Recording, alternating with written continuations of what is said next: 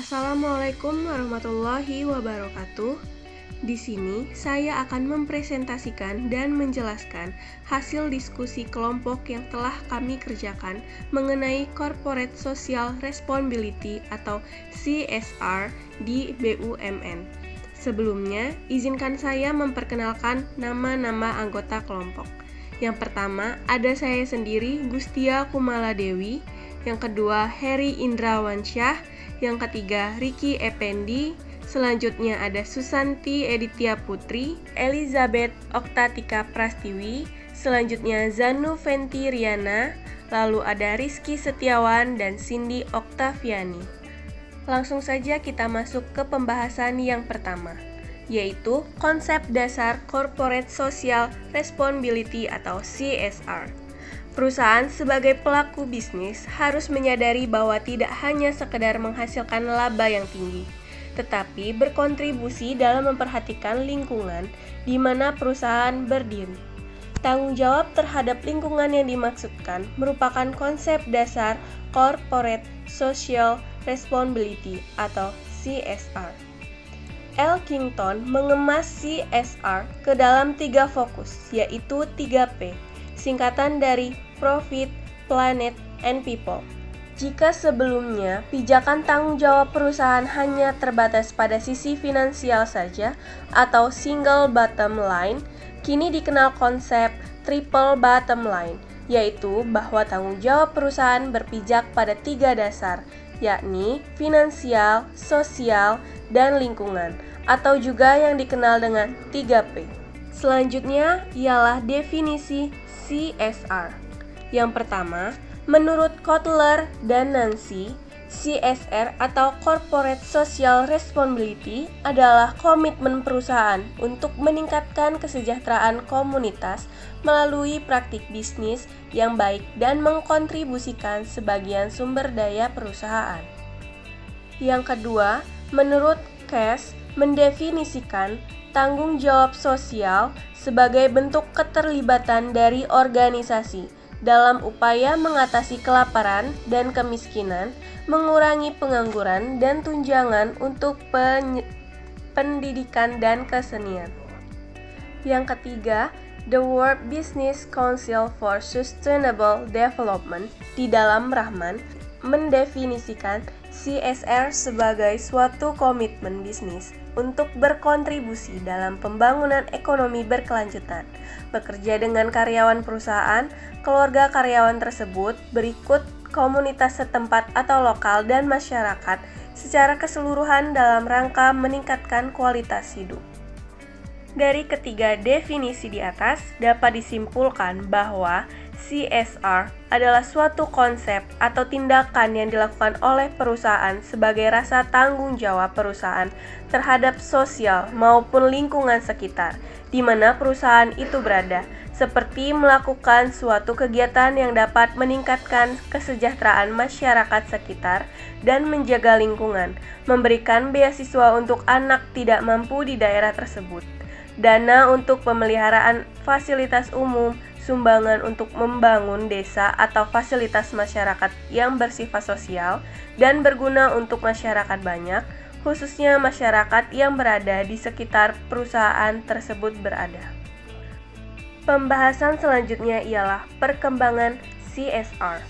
CSR lahir ketika di tahun 1960 sampai 1976 negara-negara berkembang bersama Western Union dan aktivis sosial menyerukan perlunya suatu New International Economic Order yang akan mengatur lebih ketat aktivitas korporasi transnasional. Pada tahun 1980-an, terdapat usaha-usaha yang terarah dalam mengartikulasikan mengenai corporate responsibility.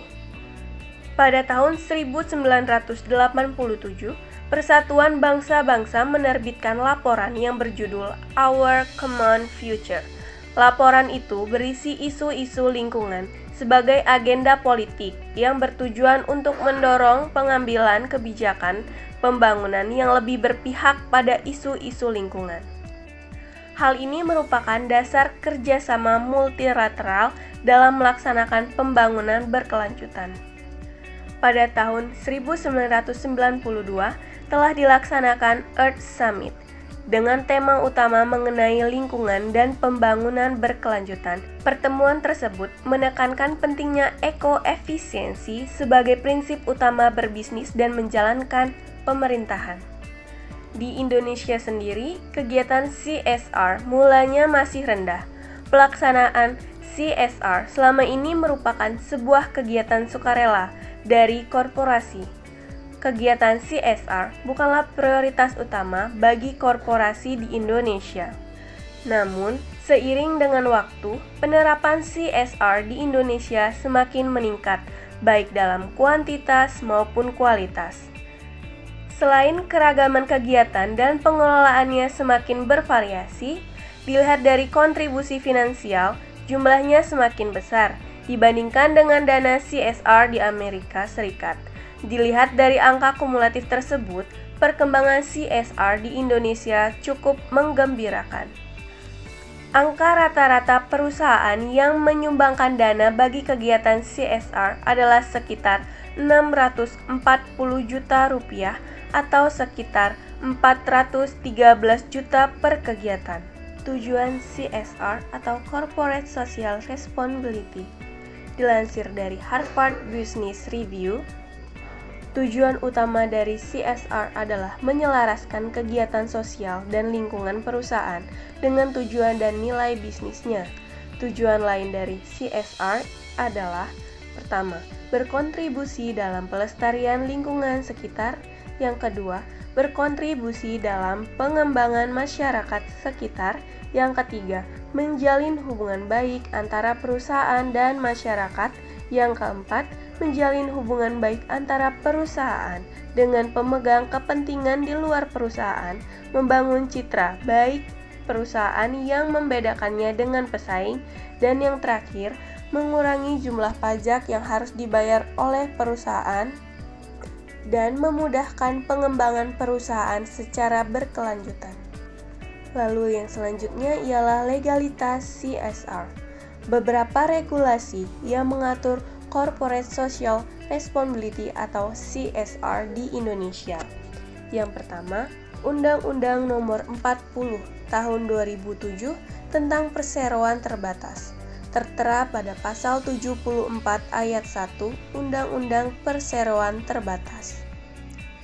Yang kedua, Peraturan Pemerintah Nomor 47 Tahun 2012 tentang Tanggung Jawab Sosial dan Lingkungan Perseroan Terbatas.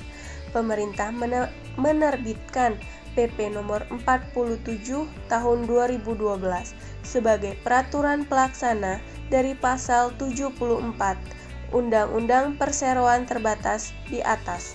Pasal yang mengatur CSR yakni tertera pada pasal 4 ayat 1 PP Nomor 47 Tahun 2012.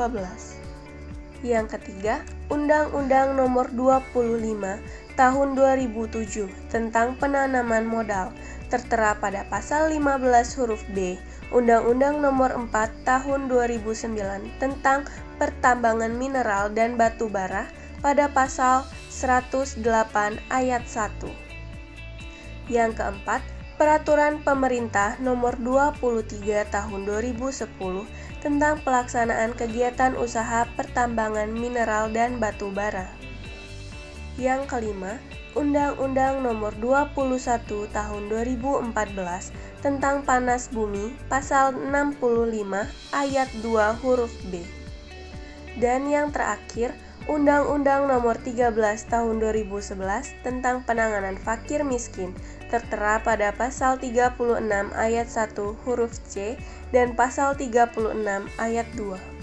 Selanjutnya, implementasi Corporate Social Responsibility di PT Pertamina Persero Cabang Bima. Pertamina yang memiliki visi sebagai perusahaan energi dunia, maka komitmen dan kepedulian Pertamina terhadap program tanggung jawab sosial merupakan kontribusi secara maksimal yang tidak hanya berkonsentrasi pada isu-isu lingkungan, tetapi lebih luas yang mencakup 3 lingkup kebijakan, yaitu profit, people, dan planet. Pembangunan di bidang ekonomi, PT Pertamina Persero Cabang Bima mendirikan koperasi untuk warga masyarakat sekitar wilayah operasi perusahaan.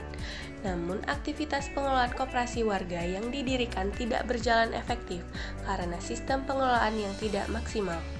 Selanjutnya, pembangunan di bidang sosial. PT Pertamina Persero Cabang Bima memberikan bantuan, sumbangan, dan kegiatan yang bermanfaat bagi masyarakat, antara lain program hitanan massal, operasi kanker serviks, memberikan bantuan berupa beasiswa tidak mampu. Program CSR lingkungan PT Pertamina yang dimulai tahun 2013 adalah bedah desa mandiri dalam konsep pertanian terintegrasi yang berlokasi di Desa Lewintana dan Lewi Dewa, Kecamatan Soromandi, Kabupaten Bima, yang bekerja sama dengan PT Pertamina Pusat dan Bapeda setempat. Namun berdasarkan hasil penelitian membuktikan bahwa program yang dikelola tersebut belum memberikan manfaat atau hasil sama sekali, sementara penghasilan para anggota sebagai petani menurun karena dituntut untuk fokus bekerja dalam proses pembangunan kandang dan tempat makan ternak yang sampai pada saat ini masih dalam tahap penyelesaian. Program yang dilakukan oleh PT Pertamina Persero Cabang Bima belum maksimal sesuai dengan prinsip CSR, yakni untuk membangun perekonomian yang adil dan merata, sehingga tercapai keadilan sosial bagi seluruh rakyat Indonesia. Yang selanjutnya, perlindungan di bidang lingkungan. Program manajemen lingkungan sebagai bentuk program tanggung jawab sosial perusahaan PT Pertamina Persero Cabang Bima lebih kepada pengelolaan lingkungan di sekitar area perusahaan. Hal ini dilakukan karena sistem manajemen lingkungan merupakan program prioritas utama dalam menciptakan suasana yang kondusif untuk menunjang seluruh aktivitas pekerja.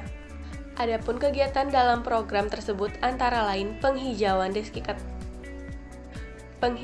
di sekitar area perusahaan dengan menanam bibit pohon lindung dan tanaman hias lainnya, konservasi air, pengelolaan sampah B3, yaitu bahan berbahaya dan beracun. Baiklah, itu saja yang bisa kami sampaikan dan jelaskan mengenai bahasan Corporate Social Responsibility atau CSR di BUMN.